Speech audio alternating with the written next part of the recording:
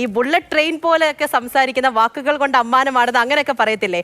നമുക്ക് എല്ലാവർക്കും പരിചയമുള്ള നമ്മുടെ സ്വന്തം സാജൻ പള്ളുരുത്തി, അദ്ദേഹം നമ്മളോടൊപ്പം വേക്കപ്പ് കേരളയിൽ അതിഥിയായിട്ട് ഇതാ ഈ നിമിഷം ചേരുകയാണ്. സാജൻ ചേട്ടാ നമസ്കാരം. മാതൃഭൂമി ന്യൂസ് വേക്കപ്പ് കേരളയിലേക്ക് സ്വാഗതം. നമസ്കാരം. ശരിക്കും ഒരുപാട് സന്തോഷമുണ്ട്. ഒന്ന് രണ്ട് കാര്യങ്ങൾ, അതായത് ഒരുപാട് പ്രോഗ്രാമുകളൊക്കെ നമ്മൾ പണ്ട് കണ്ടിട്ടുണ്ട്. ചില കാര്യങ്ങളൊക്കെ ഇങ്ങനെ മനസ്സിൽ കൂടി പോവുകയാണ്. പ്രത്യേകിച്ച് ഈ ഓണ സമയമൊക്കെ ആകുമ്പോഴത്തേക്കും വെക്കേഷനൊക്കെ വീട്ടിലേക്ക് ഇരിക്കുമ്പോൾ നിങ്ങളുടെയൊക്കെ കുറേ പ്രോഗ്രാമുകൾ ഉണ്ടാകും. അതൊക്കെ സ്ഥിരമായിട്ട് കാണുന്ന ആളായിരുന്നു. ഇന്നത്തെ ദിവസത്തിനൊരു പ്രത്യേകത കൂടിയുണ്ട്. അത് ഈ ടങ് ട്വിസ്റ്റേഴ്സ് ഡേ ആണ്, നാക്കുളുക്കൽ ദിനം എന്നൊക്കെ നമ്മൾ വേണമെങ്കിൽ പറയും. അപ്പോൾ ഇന്നത്തെ ദിവസം സാജൻ ചേട്ടൻ തന്നെ സംസാരിക്കുന്നത് എന്ന് പറയുമ്പോൾ ആ സന്തോഷം ഒന്നുകൂടി കൂടുകയാണ്. തിരിച്ചും അങ്ങനെ തന്നെയാണോ? വളരെ സന്തോഷം. കാര്യം എൻ്റെ സംസാരം എന്ന് പറയുന്നത് ഞാൻ അതിനുവേണ്ടി അനുകരിച്ചതല്ല. എൻ്റെ സംസാരം പണ്ട് മുതലേ വളരെ സ്പീഡാണ്, വളരെ വേഗതയിൽ സംസാരിക്കുന്ന ഒരാളാണ് ഞാനെന്ന് പലരും പറയാം. കാരണം എങ്ങനെ സംഭവിക്കുന്നതെന്ന് എനിക്കും അറിയില്ല. അല്ലാണ്ട് അതിനുവേണ്ടി ഞാൻ പ്രാക്ടീസ് ചെയ്തതല്ല, സംഭവിച്ചു പോയതാണതല്ല. ഒരു 30 വർഷങ്ങൾക്ക് മുമ്പ് അന്നാണ് ഞാൻ കൂടുതൽ നാക്കുളുക്ക് പരിപാടിയും അക്ഷരങ്ങൾ തിരിച്ചു പറയലും ഒക്കെ വേദികളിൽ അവതരിപ്പിച്ചത്. അതിനുശേഷം പിന്നീട് ഞാൻ തന്നെ ടി വിയിൽ കണ്ട ഒരുപാട് കുട്ടികൾ, ഒരുപാട് ആളുകളൊക്കെ വളരെ വേഗതയിൽ പാട്ട് പാടുന്നു, സംസാരിക്കുന്നു. അപ്പോൾ ഞാനിങ്ങനെ ആലോചിക്കും, അന്ന് ഞാൻ 30 വർഷം മുമ്പ് വേദി മുഴുവൻ ആഘോഷിച്ച് നടന്ന ഒരു കാലം. അപ്പോൾ അന്ന് എനിക്കത് സംസാരിക്കാൻ മലയാളം ഇങ്ങനെ ഫ്ലുവൻ്റായിട്ട് പറയാൻ കഴിയുന്നത് കൊണ്ടും എൻ്റെ വാക്കുകൾ വളരെ വേഗതയുള്ളത് കൊണ്ടും ഞാൻ ആലോചിക്കാൻ അധികം സമയം കൊടുക്കാറില്ല. ആലോചിച്ചാലേ എനിക്ക് അക്ഷരത്തെറ്റുണ്ടാവും. ആലോചിച്ചില്ലെങ്കിൽ ഞാൻ വളരെ സ്പീഡിൽ നന്നായി സംസാരിക്കും. ഇങ്ങനെ വാക്കുകളിങ്ങനെ വരും. അതിനൊരു ഗുണം എനിക്കുണ്ടായത് വായനാശീലം ഒരു പ്രധാന ഘടകമാണ്. എല്ലാ തരം ബുക്കുകളും ഞാൻ വായിക്കും.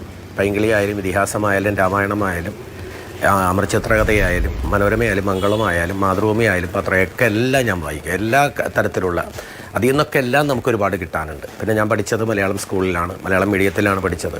സംസ്കൃതമാണ് ഉയർന്ന ക്ലാസ്സിൽ പഠിച്ചത്. പിന്നീട് BA മലയാളത്തിന് വേണ്ടി പഠിച്ചു. ഇപ്പോഴും പുസ്തകം എന്ന് പറയുന്നത് എനിക്കൊരു ഹരം തന്നെയാണ്. ഇതൊക്കെയാണ് എന്നെ സ്പീഡിൽ പറയാൻ പ്രേരിപ്പിച്ചതെന്നാണ് എൻ്റെ വിശ്വാസം. അപ്പോൾ ഒരു തുടക്കം ഇട്ട് തന്നിട്ടുണ്ട്. ശരിക്കും നവംബർ മാസമാണ് നമ്മുടേതാ. ഇന്ന് നവംബർ 9-ാം തീയതിയാണ്. നവംബർ 1-ാം തീയതി നമ്മൾ ഈ മലയാള ഭാഷയൊക്കെ കുറിച്ച് ഇങ്ങനെ സംസാരിച്ച് പോകുന്നതാണ്. ഒരുപാട് വിശേഷങ്ങളൊക്കെ ചോദിക്കാനുണ്ട്. അപ്പോൾ നമ്മളുടെ മലയാളം, നമ്മളുടെ മാതൃഭാഷ, അതിനെക്കുറിച്ച് ഇങ്ങനെ പറയുമ്പോൾ ഈ സാജൻ ചേട്ടൻ ഇപ്പോൾ സംസാരിക്കുമ്പോഴും ഒന്ന് സ്പീഡിൽ ഒന്ന് സംസാരിച്ച് കേൾക്കട്ടെ എന്ന് ആണ് ഓരോ പ്രേക്ഷകനും കാത്തിരിക്കുന്നത്. അപ്പോൾ തുടക്കം തന്നെ നമ്മുടെ മലയാളത്തെക്കുറിച്ചൊന്ന് പറഞ്ഞു തുടങ്ങിയാലോ? നമ്മുടെ ഭാഷയെക്കുറിച്ച് ഒന്ന് പറയൂ എന്ന് ചോദിച്ചാൽ സാജൻ ചേട്ടൻ എങ്ങനെയായിരിക്കും സംസാരിക്കാൻ പോകുന്നത്? കളകളം ഒഴുകുന്ന അരികളും കുളങ്ങളും പാടശേഖരങ്ങളും വയലോലകളും താളിയോലകളും ഒട്ടക്കുന്നുകളും ഇടനാടികളും ഇടവഴികളുമുള്ള സമ്പൽ സമൃദ്ധമാണ്, വിഭവ സമൃദ്ധമാണ് നമ്മുടെ നാട്. പരശുരാമൻ വഴുവറിഞ്ഞൊപ്പിച്ച വീട്, ദേശാടന കിളികളെ പോലെ പറന്നു നടക്കുന്ന ദൈവം നമുക്ക് തീർത്ത സ്വപ്നക്കിട. ആ സ്വപ്നക്കൂടാണ് നമ്മുടെ ദൈവത്തിൻ്റെ സ്വന്തം നാടായ നമ്മുടെ നാട്. മാമല നാട്, മലയാളം നാട്, എൻ്റെ നാട്, നമ്മുടെ നാട് കേരളം. പാടും പുഴകളും ഓടികുട്ടും മലരണിക്കാടും നീളെ കളകളം മുഴുവൻ കാട്ടിച്ചോലയും മാമണിമേടും വെള്ളി അരഞ്ഞാണം പോലെ തുള്ളിത്തുളിക്കും കടലും കായലും നീലമലയും പീലി നിവൃത്തി നിന്നാടും കൊച്ചു കേരളം മരതകത്തോപ്പും. എന്തൊരു ഭംഗിയാണ് എൻ്റെ കേരളത്തിന് എന്ന് കവി എഴുതിയത് എത്ര മനോഹരമായിട്ടാണ്. മലയാളത്തെ ഇത്രയധികം ഭംഗിയായിട്ട് എഴുതിയ എത്രയോ കവികൾ, എത്രയോ വാക്കുകൾ, അർത്ഥങ്ങൾ.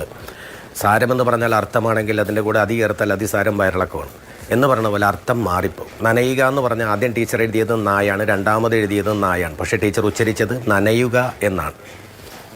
അച്ഛൻ കാലം കൂടെ എടുക്കാതെയാണ് പുറത്തേക്ക് പോയത്. അപ്പോൾ അമ്മ പറയണം, എന്നാൽ നാറ് നനഞ്ഞേ വരുള്ളൂ എന്ന് പറഞ്ഞാൽ പൂർണ്ണമായി നനഞ്ഞേ വരുള്ളൂ. പക്ഷേ അച്ഛൻ ആ വാക്കുകളൊന്നും നിർത്തി പറഞ്ഞാൽ അർത്ഥം മാറിപ്പോകും. അച്ഛൻ കാലൻ കൂടെ എടുക്കാതെയാണ് പോയേക്കണത്, എന്നാൽ നാറി നനഞ്ഞേ വരൂ എന്ന് പറഞ്ഞാൽ അർത്ഥം മാറി. മലയാളത്തെ നമുക്ക് വളരെയധികമായിട്ട് എന്തെന്നാ പറയണത്, പല രീതിയിൽ മാറ്റിമറിക്കാൻ കഴിയും. മലയാളത്തിൽ തന്നെ ഒരുപാട് വാക്കുകൾ ചൊവ്വേന്നേരം നമ്മൾ പറഞ്ഞില്ലേ. ചില ആൾക്കാർ പറയാറുണ്ട് ഇന്നൊരു ക്ഷണം ഉണ്ട് അതോടെ പോവുകയാണ്. ക്ഷണം മരണമാണ്, അല്ല ക്ഷണം സ്വീകരിക്കലാണ്, ക്ഷണനമാണ് മരണം. പക്ഷെ എന്നാലും ആൾക്കാർ ക്ഷണനം എന്നൊക്കെ പറയാറുണ്ട്. അത് എനിക്ക് ഒരു വാക്ക് വേണി തലമുറ ഓരോന്നിനും അതിൻ്റെതായിട്ടുള്ള ഓരോ ജോലികളുണ്ട് അല്ലേ? അത് ഓരോന്നിനും ഓരോ വാക്കുകൾക്കും അതിൻ്റേതാണ്. അത് മലയാളം പഠിച്ചിട്ടുള്ള ആളുകൾ, മലയാളത്തിൻ്റെ പണ്ഡിതന്മാർ അവരെഴുതി വെച്ച നല്ല വാക്കുകൾ, അവർ പഠിച്ച വാക്കുകൾ അവരുടെ മുമ്പിൽ നമ്മൾ തെറ്റായി ഉച്ചരിക്കുമ്പോൾ അവർ നമ്മൾ ഉപദേശിക്കും. അങ്ങനെയല്ലാതെ ഇങ്ങനെയാണ്, കരി ആനയാണ്, കിരി പർവ്വതമാണെന്നൊക്കെ നമ്മളോട് പറഞ്ഞു തരും അവർ. അപ്പോൾ അത് കേൾക്കാനും അർത്ഥം മനസ്സിലാക്കാനും നമുക്ക് കഴിയണം എന്ന് മാത്രമേ ഉള്ളൂ. തെറ്റ് എന്ന് പറഞ്ഞാൽ എല്ലാവർക്കും നമ്മൾക്കറിയാം. എല്ലാം നമ്മൾ ചെയ്യുന്നത് തെറ്റെന്താണെന്ന് നമ്മുടെ ആളുകൾക്കൊക്കെ അറിയാം. ശരിയാണ് നമുക്കറിയാത്തത്. അപ്പോൾ ശരി ചെയ്യാനാണ് നമ്മൾ പഠിക്കുന്നത്. വിദ്യാഭ്യാസം എന്തൊക്കെയാണ് ശരി, ആ ശരി പഠിക്കാൻ വേണ്ടിയിട്ടാണ് വിദ്യാഭ്യാസം. അറിവ് നേടുക, അതിലെല്ലാ തരത്തിലും, ഇംഗ്ലീഷിലായാലും ഹിന്ദിയിലായാലും ഏത് തരത്തിൽ നമ്മൾ വാക്ക് പറഞ്ഞാലും അതിന് ഒരർത്ഥമുണ്ട് എന്ന് ആദ്യം നമ്മൾ മനസ്സിലാക്കണം. ശരിയാണ്. തുടക്കത്തിൽ ഇങ്ങനെ സംസാരിച്ച് തുടങ്ങിയപ്പോൾ തന്നെ നമ്മളിങ്ങനെ കേട്ടുകൊണ്ടിരിക്കുകയായിരുന്നു. അത്രത്തോളം സ്പീഡിൽ സംസാരിക്കുന്നുണ്ട്. കഴിഞ്ഞ ദിവസം ഇന്നത്തെ ദിവസത്തിന് ഒരു പ്രൊമോ എടുക്കാൻ വേണ്ടിയിട്ട് ഞങ്ങൾ എല്ലാവരും കൂടെ ഒന്ന് ചുറ്റും കൂടി ഇരുന്നപ്പോൾ തന്നെ പല വാക്കുകൾ ഇങ്ങനെ പറഞ്ഞു പോയപ്പോൾ ഇങ്ങനെ തെറ്റി പോകുന്നുണ്ടായിരുന്നു. ശരിക്കും സാജൻ ചേട്ടൻ ഇതൊക്കെ ഇപ്പോൾ സാജൻ ചേട്ടൻ തന്നെ പറഞ്ഞു എങ്ങനെയാണ് ഈ ഒരു വഴിയിലേക്ക് ഇങ്ങനെ വന്നത് എന്നുള്ളത്. പഠിച്ചെടുത്താൽ നമുക്ക് എല്ലാവർക്കും പറ്റുന്ന ഒരു കാര്യം തന്നെയല്ലേ ഇതും? പഠിച്ചാൽ നമ്മളത് പഠിക്കുകയും വേണം, ഒരു പരിശ്രമവും വേണം. പിന്നെ അതിനുവേണ്ടി നമ്മൾ ഒന്ന് ആഴ്ന്നിറങ്ങിയാൽ മാത്രമേ പദസമ്പത്ത് നമുക്കുണ്ടാകണം. നല്ല കവികൾ എത്രയോ മനോഹരമായി നല്ല ഗാനങ്ങൾ എഴുതുന്ന എത്രയോ നല്ല കവികളുണ്ട്. അവർ മലയാളം സംസ്കൃതമൊക്കെ നന്നായിട്ട് പഠിച്ച് അതിൻ്റെ അർത്ഥമാണ് അവരെഴുതിപ്പോയാൽ പിന്നെ തീർന്നു. ഇനി അത് തിരുത്താൻ പറ്റില്ല. കുഞ്ഞുനാളിലാണെങ്കിൽ പെൻസിൽ നമ്മുടെ കയ്യിലുണ്ട്, പിന്നീട് വരുന്നത് പേനയാണ്. പിന്നെ നമ്മളതിൻ്റെ ഉത്തരവാദിത്തം ഏറ്റെടുക്കുകയാണ്. അവരെഴുതിയ വാക്കുകൾ, അവരെഴുതിയ കഥകൾ, കവിതകൾ, നോവലുകൾ എന്ന് വേണ്ട എല്ലാം, അതിനകത്തെല്ലാം വായിക്കുമ്പോൾ ഒരു സുഖം തോന്നി പിന്നീട് മടക്കി വെക്കാതെ കണ്ടിന്യൂ ചെയ്യാൻ തോന്നുന്നത് ആ എഴുത്തിൻ്റെ സുഖമാണ്. ഒരു പാട്ട് ജനിക്കുന്നത് തന്നെ കവിതയ്ക്ക് ഭയങ്കര പ്രാധാന്യമാണ്. അത് കഴിഞ്ഞതിന് ശേഷമാണ് അതിന് സംഗീതം നൽകുമ്പോൾ ജീവൻ വെച്ചു. അത് നന്നായിട്ട് ഒരാൾ ആലപിക്കുമ്പോൾ നമ്മൾ ഹൃദയത്തിൽ കയറുന്നു. അപ്പോൾ ഒരുപാട് പേർക്ക് പങ്കുണ്ട്. ഇതിനേക്കാൾ കൂടുതൽ ആ പാട്ടുപാടി നമ്മുടെ ഹൃദയത്തിൽ ഏറ്റാൻ കാശ് മുടക്കിയ ഒരു പ്രൊഡ്യൂസർക്കും അതിനകത്ത് നന്നായിട്ട് പങ്കുണ്ട്. പക്ഷേ ചില ആളുകൾ പാട്ട് കേൾക്കുമ്പോൾ ഇത് ആരെഴുതി എന്ന് നമ്മൾ അറിയാം. അത് എൻ്റെയൊക്കെ ഉദാഹരണങ്ങളാണ് ശ്രീകുമാരൻ നമ്പി സാറും വയലാർ സാറും പി ഭാസ്കരൻ മാഷും. അവരൊക്കെ എഴുതി വെച്ചേക്കണ ഗിരീഷ് പുത്തഞ്ചേരി സാറ്, അങ്ങനെ അവരൊക്കെ എഴുതി വെച്ചേക്കണ പാട്ട് കേൾക്കുമ്പോൾ അവർ ഇന്നും നമ്മുടെ ഹൃദയങ്ങളിലൂടെ ജീവിക്കുകയാണ്.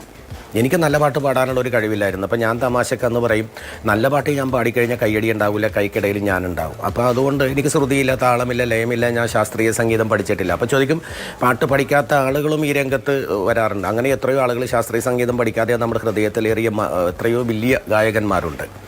അപ്പം ഞാൻ എന്ത് ചെയ്യുമെന്ന് വെച്ചാൽ തമാശ പാട്ടുകൾ പാടും. പാരഡി എഴുതുക, പാരഡി പാടുക, അക്ഷരങ്ങൾ കൊണ്ട് തിരിച്ചു പറയുക, അക്ഷരങ്ങൾ തിരിച്ചു പാട്ട് പാടുക.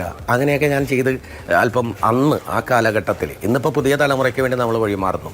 കാര്യം അവർ നമ്മളെക്കാൾ സ്പീഡാണ്. യുഗം വളരെ സ്പീഡാണ്, വർത്തമാന സ്പീഡാണ്.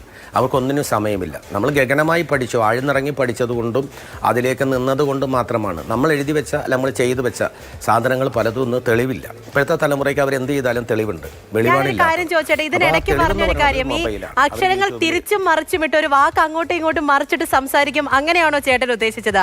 അപ്പോൾ അതും കയ്യിലുണ്ടല്ലേ? അതിനൊരു ഉദാഹരണം പറയാമോ?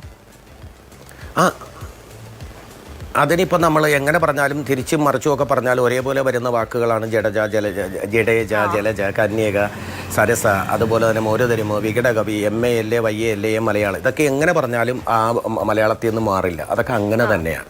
മറിച്ച് ചില വാക്കുകൾ, ഇപ്പോൾ ഉദാഹരണമായിട്ട് നമ്മൾ പ്രസംഗിക്കാനൊക്കെ പണ്ട് ഞാൻ ഐറ്റം അവതരിപ്പിക്കുമ്പോൾ രമാന്തരഹോസ സഹോദരന്മാരെ, രമാന്തരിഹോസ സഹോദരിമാരെ, രമാച്ചിച്ചെ ചേച്ചിമാരെ, ചുകളെ കെട്ടിക്കു കൊച്ചുകുട്ടികളെ, രാംസ്കമന എന്ന് പറഞ്ഞാൽ എന്തെന്നാ നമസ്കാരം എന്നൊക്കെയാണ്. ഡേവി നിട്ടിബ, എവിടെ പട്ടിണി, ഡേവിയെ കന്തപാലകോ, എവിടെ കൊലപാതകം, ഡേവിയെ ബമ്പാണിപ്പേ, എവിടെ പെൺപാണി, വില്ലമിടിപ്പോം ഇല്ലമീൻക എന്ന് പറഞ്ഞ പൊടിപോലമില്ല കാണാൻ എന്നൊക്കെ അന്ന്. വികടീപ്പ, കവി പാടി, വേപ്ര ഡേവിഡു പ്രാവ്യ കൂടെ ഇവിടെ എന്നൊക്കെ പറഞ്ഞ് ഞാനന്ന് കുറേ പറയുമായിരുന്നു. അപ്പോൾ അതിലേക്ക് എൻ്റെ ഈ പ്രസംഗവും എൻ്റെ ഈ വർത്തമാനവും കേട്ടിട്ട് എന്നോട് ഷമ്മി തിലകൻ ചേട്ടൻ്റെ മകൻ ഷമ്മി തിലകനാണ് എന്നോട് പറഞ്ഞത്, എടാ ഒരു പാട്ടൊക്കെ തിരിച്ചു പാട്, അപ്പം നല്ല രസമായിരിക്കും. അങ്ങനെ സുകുമാരി അമ്മ ഏറ്റവും കൂടുതൽ വേദികളിൽ പാടിയിട്ടുള്ള പാട്ടാണ് കുയിലിനെ തേടി കുതിച്ചു പായുമാര എന്ന് പറഞ്ഞ പാട്ട്. അതന്ന് ആ കാലഘട്ടത്തിൽ നെലിക്കുടി തേ ചൊതിക്കയും പാരാമാട്ടുപയ പാക്കരാമാടുനോടുരുന് ഞാൻ എന്നാക്കി കാതിച്ചു എന്നൊക്കെ പറഞ്ഞ പാട്ട്. ഇന്നത്തെ തലമുറയിലാണെങ്കിൽ കുട്ടികൾക്ക് ഇഷ്ടമുള്ള പാട്ടുണ്ട്. ഉണ്ണാക്കറണ്ണാവ ലവാപ്പൂ തങ്ങാച്ചമ്പ ഉണ്ടാക്കൂ, അണ്ണാരക്കണ്ണാവ വാല ചങ്ങാതി മൂട്ടാമ്പ. നല്ല പാട്ട് മറന്നു പോകുന്നു. നല്ല പാട്ടാണ് നല്ലത്, പക്ഷെ എന്നാലും നമ്മൾ പാടിപ്പാടി അതിലേക്ക് വരുന്നു. ഇണ്ണാക്കറണ്ണാവ ലവാപ്പൂ തങ്ങാച്ചമ്പ ഉണ്ടാക്കൂ, വാവാരൂണക്കൽ തന്നരപ്പു താത്താലങ്ങേന എൻ്റെ വിശുപാലുപ്പുള്ളവൈ ഞാണഞ്ഞപ്പിക്കാക്കിനേനാ ചങ്ങാതി എന്നൊക്കെ പറയുന്നത്. അതൊക്കെ ഞാൻ തമാശക്ക് നമ്മൾ കുട്ടികളൊക്കെ ഇരിക്കുമ്പോൾ പറയും. ഇങ്ങനെയൊക്കെ നിങ്ങൾക്കും പറയാം. നാക്ക് നന്നായിരിക്കണം. നാക്ക് വളരെ മൃദുവാണ്. ഏറ്റവും വലിയ അവയവങ്ങളിൽ ഏറ്റവും മൃദുവായിട്ടുള്ളതാണ് നാക്ക്. പക്ഷേ പല്ലിന് നല്ല ബലമാണ്. മരിക്കുമ്പോൾ പല്ലുണ്ടാവില്ല, നാവുണ്ടാവും, മൃദുവായതുണ്ടാവും. നാവ് നല്ലതല്ലെങ്കിൽ പല്ലും ഉണ്ടാവില്ല. ശരിയാണ്. അപ്പോൾ ഒരുപാട് സന്തോഷം ചേട്ടാ. കാരണം ഇന്നത്തെ ഒരു ദിവസം സാജൻ ചേട്ടൻ എത്തുന്നു എന്ന് പറഞ്ഞപ്പോൾ തന്നെ ഉറപ്പായിരുന്നു ഈ ദിവസം അത് മനോഹരമാക്കാൻ ഇത്രയും നല്ല രീതിയിൽ ഞങ്ങളടുത്ത് സംസാരിക്കും. അത് ഞങ്ങൾക്ക് എല്ലാവർക്കും ഉൾക്കൊള്ളാൻ പറ്റുന്നതായിരിക്കും. നല്ല നല്ല കാര്യങ്ങൾ, ആ വാക്കുകളൊക്കെ ഇങ്ങനെ ബുള്ളറ്റ് പോലെ പായുന്ന രീതിയിൽ സംസാരിക്കാൻ വേണ്ടിയിട്ട് കൊതിയോടെ കാത്തിരിക്കുകയായിരുന്നു. അങ്ങനെ നല്ലൊരു അവസരം തന്നതിന് ഒരുപാട് സന്തോഷം. ആ ഒരു നിമിഷം മനോഹരമാക്കിയതിന് വീണ്ടും ആ ഒരു സന്തോഷം അറിയിക്കുകയാണ് സാജൻ ചേട്ടാ.